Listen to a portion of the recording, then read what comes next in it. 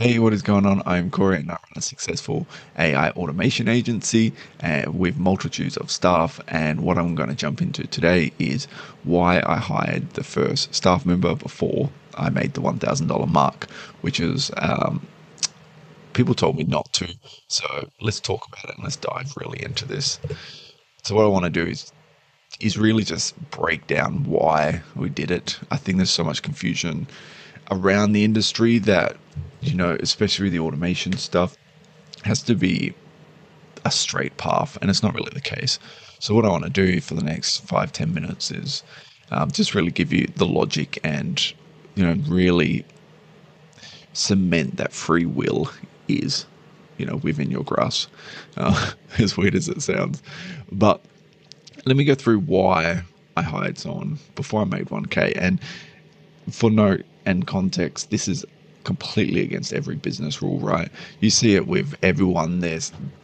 They're like, if you work 100 hours, so if I have 100 hours free per week, then you should be doing like 120 hours per week, right? Of work before you then get an employee. So employee one, emp one comes in and it'll free up the hours, so then you might do 80 and then they do 20 or 30. And that's common business. I remember when I did this first job, I spoke to my parents about it and I was like, I don't know what to, I don't know if building is the correct path for me. I've tried it, I understand it, I know I'm not super skilled at it. And they said, no, just work harder. If you have a bottleneck in your problems, and if you have too many clients and you're really far behind, then work longer, sleep less. And that's very much the trend of this whole industry. It is work longer. If you have more clients, work even longer. Take more clients on, work even longer. And it's I've learnt over since running the agency that it's just not the way to build. So when I first joined, throwback to earlier this year, I, started learning the automation tools and how this whole industry is working. I was completely fresh to it.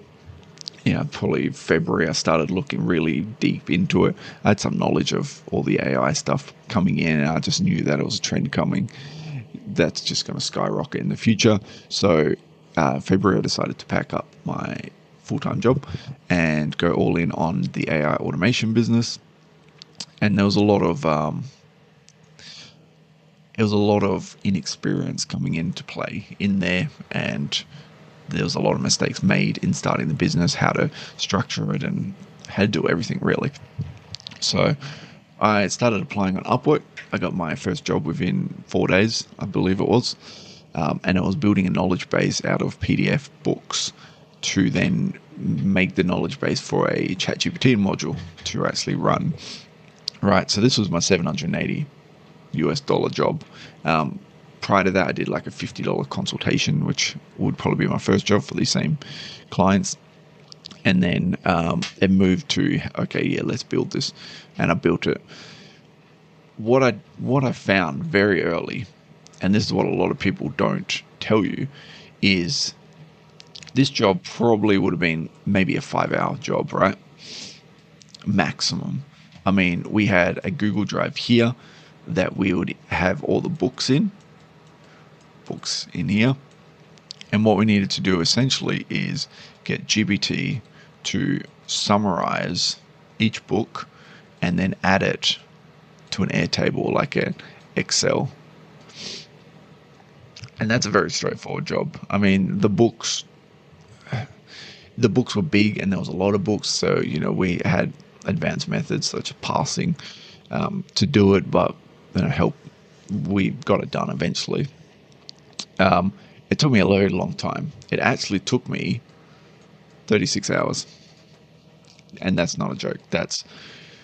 It was a very eye opener and thrown into the deep end. You see the memes where the kids just drowning. That was me on those times. I was trying to juggle it. I was trying to work out this whole system, And for that to be the first job, that was a nightmare, I'll tell you that. It was incredibly, I gained a lot of experience from it. It was incredibly beneficial to me, myself. It sort of opened my eyes on, this is deemed a medium complexity job, but it showed how I don't want to say analytical with the brain, because I'm very analytical. Just like putting the systems in place just was not my strong suit, right? So once I did that, I did decide early in my career, I sort of said, okay, so I got the client fairly quite fast, right? 4 days. I mean, that's a very good return, completely fresh in the industry. I sort of had an idea. I probably had about a week max. I didn't really train much. I was watching YouTube videos. So I didn't have a huge amount. So when we're looking at it, the first client here, the first client normally takes people 1 month, 1 to 2 months. It's usually 1 to 2 months is the norm. I did it in 4 days. Me is your first client, right? And then let's go systems. Let's do system here. Most people, 5 hours, we'll say, to do the system. I took 36. And looking at it now, with the experience, and I'm a lot better at building, obviously, now, because I run the agency and it runs very well. But I look back at this and I'm like, wow, Corin. So how my brain sort of worked is I looked at something similar to like this, and I said, okay, so this I'm absolutely shit at. Okay, I understand that. This, brilliant at. Sort of broke it down further. I have business background. I have just been around business my whole life, so I understand sales, marketing, all of this. But what I haven't been around is the system side, and that sort of got me thinking, okay, well, if I had these 36 hours and I'm brilliant at this, and this is the biggest kicker and the point, if you're going to take anything away from the video, it should be this. If this took me 36 hours and it should have took me 5, that means I should have had 31 hours of free, right? So between these two is 31 hours. So imagine if I had 31 hours and I relocated this to my strength, which was business. If it's 44 days and say we're doing like 8-hour days, over 4 days, we're looking at 32. This is where I sort of had that realization. 32 hours it technically took me to get first client. Okay, so that was my first one. Now I have social proof. What if I relocate that 31 hours from systems to actually getting the clients? And that was like my biggest realization. It was a cost analysis, and I used to doing it in business for other things, but then it wasn't until I actually did both roles that I sat back and went, wait, this makes more sense to go here. Why am I doing this?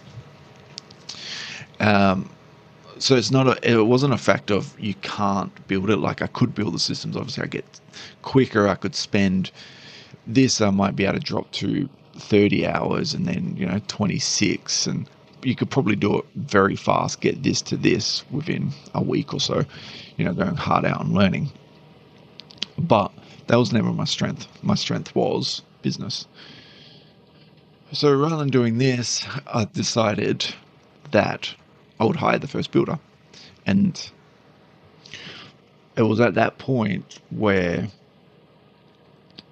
I didn't stop building altogether, but I got someone to help, do the complicated flows, and I took on bigger clients, and they got bigger and they got more complicated and evolved into what it is today. But if we had these 31 hours, what these also correlated to, right? So if we had 31 hours here of wasted time, we'll just call it wasted time, which is these ones here. I was getting paid for this job here. Let's go $768, right? So even though I took 31 hours, I still got paid $768. Now, if I hired someone and relocated this hours to sales, which equaled, I got one extra customer, technically these 31 hours or 36 hours would have got another $768, which brings our total to 1536.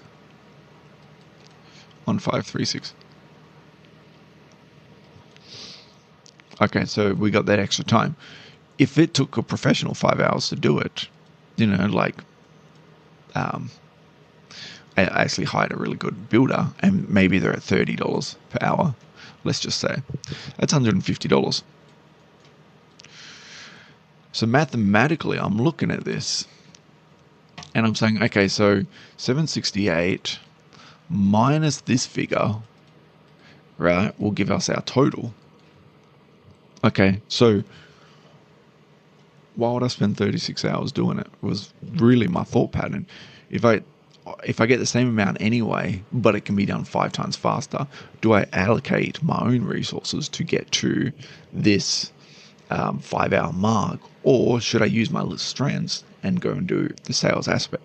And that was what I sort of decided to do, and that's what evolved into what Blacklight Agency is today. It's very much it's an agency. It was built as an agency after the first client.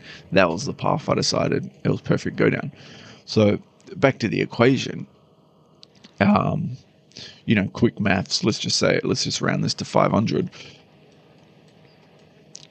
profit from this. So we get this as a profit from this job. And then if we took another job, which was the same thing, that's another 500. So then we're on $1,000 profit, which means to this one, we gained $232 extra. And I didn't have to do any building. And I worked in the stuff that I was very, very skilled at, which was sales.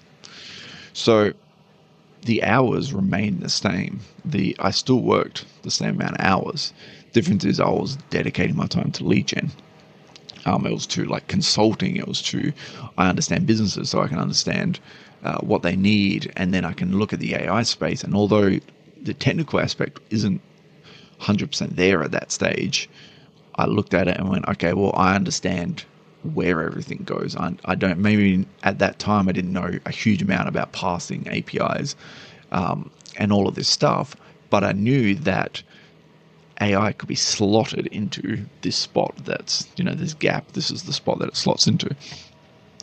And that's what I sort of fell into for the first few months of the agency. I sort of hired the person, they helped me build it, and then that's what's evolved into this agency now. Now it's a lot better. I'm on the front line building if we're sort of running out of time or if resources are a little thin. I understand all of it. I would say I'm pretty damn competent in AI and the building aspect, but the strength was always AI, the consulting side, plus implementing an AI knowledge. So when we did this, obviously we had $232 profit. So we multiplied this, and we took we took on $1,500 projects, right? So maybe the next client's 1,500, and then a 2 times here and a 2 times here to balance them all out means that we made a $464 profit with me not building from a single 1 times client there. And then it just scaled up from there. Obviously, margin, it got more efficient. The product, the types of products we did, some were productized, some we got away with, 1 hour builds, 2 hour builds. And then this margin obviously increases. So that's sort of the crux of why I hired the first builder. If there's one thing that I hope you get out of this video, it's that always lean on your strengths. You don't hire for your weakness to a degree. Hire, get help in it, but you don't always have to follow the straight path. The path is like this, and maybe it's here. We start here. Here is 60 hours of work, and then here is 100, and then here is first employee. Right? It doesn't need to follow the straight path. If you do an actual analysis like we've done down here, you may find that your strength is exactly like mine, and maybe it's more in the sales marketing side. Now, if you do this analysis, and obviously, maybe this is like 20 hours, it's going to change a lot of these numbers, right? Because the reason mine worked so well, or that it was really, really analyzed, was that these are real numbers. So it did take me 36 hours, and it did take me 4 days to do this. I mean, you could have quicker, but just keep in mind that it's not as simple. Hey, I'm really good at this, I'm going to go do this. I'm really good at making social media posts, you do everything else in the agency, because that's not really what it is. There needs to be a cost associated with it. You need to be able to look at it from completely unbiased and say, okay, if I do this, I will generate X amount, and tie it back to revenue if you can. If I do my social media posts, and maybe every 100 posts I get an extra client, then you sort of look at it, okay, so if it took me 10 hours, can I build something, or can I be the builder for 10 hours and make more money than if I brought that person in and then paid the fees for the builder? So you need to make sure that you're analyzing it from a revenue standpoint as well, and whether it actually does make sense, rather than just being lazy and be like, no, I don't want to do it. So if that's just the one take I hope you got from this. You don't have to follow this straight line. You will always, or you should, analyze strengths and weaknesses. You should always be doing a cost analysis, and you should be checking that what you're doing is the best use of your time. So I hope that's what you got from it, and I will see you in the next video.